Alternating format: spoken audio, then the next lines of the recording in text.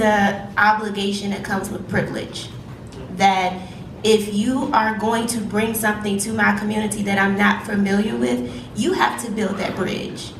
It's not an obligation for me that's coming from the underprivileged side to build that bridge. We gotta meet in the middle and say, hey, this is what I know, and I'm saying this is what I don't know. How do we make that work? Because I like nice shit. I want to see Southeast popping, but you can't bring something if you're not connecting with those people. And again, that obligation, there's an obligation that comes with privilege.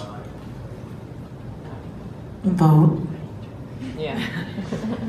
So in Atlanta, they just built this huge Mercedes dome in the middle of the hood, where Morehouse, Clark Atlanta, what other schools? What else?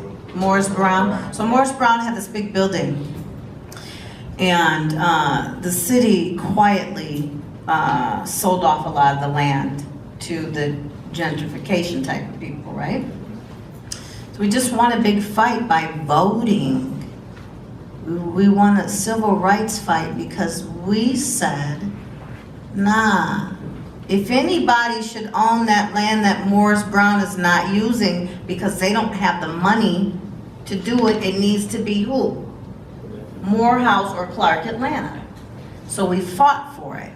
You have to learn the rules. It's like the Grammys, everybody black. Molly, Grammys don't care about black people. They cut out so and so. Nah, y'all don't know the voting system, do you?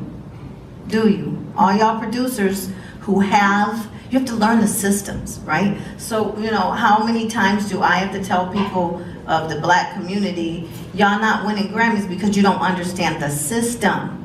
If you are a producer with more than one cut, you can pay $300 a year to be a voting member. Now, some people don't want to pay that $300, but then don't complain because you don't know the system, right? So we all complaining, but we not knowing the systems.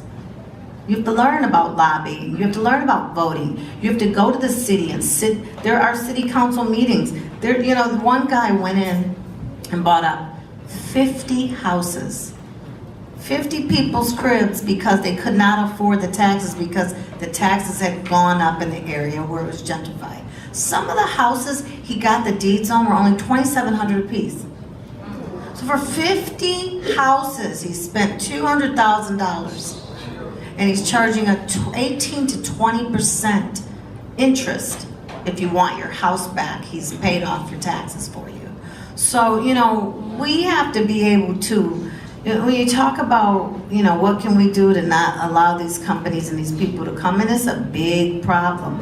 It's about learning, and not many people of color have the time to not do nothing but go to school or go get jobs or go do other things. But if you are someone who does have the time and you really are concerned, put a group of people that you know are concerned that just are not aware together. Because guess what? If I would have known that it only took $200,000 in the position I'm in now, where I didn't come from no money.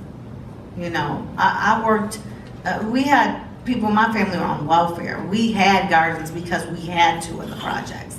So for me, you know, when you talk about gentrification, what do you do? And these people are bringing this into the community. Cabrini Green in Chicago and Robert Taylor homes are gone, and there's $1 million houses. Yeah. So when you want to ask us about how come all the gun violence, how come all the gang violence, or you took the GDs and the vice lords and you took all their property and you put them in the same situation. So when everybody wants to talk, these conversations are so long, and when you ask these questions, I feel like I wish we all had so much more time. But I think my answer is educate yourselves on the systems and how they work, and vote.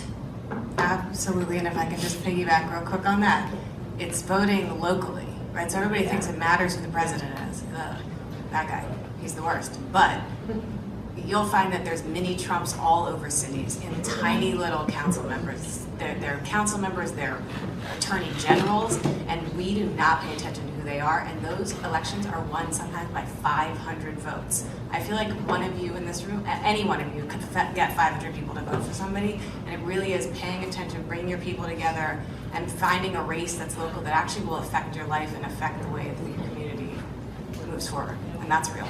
Yeah.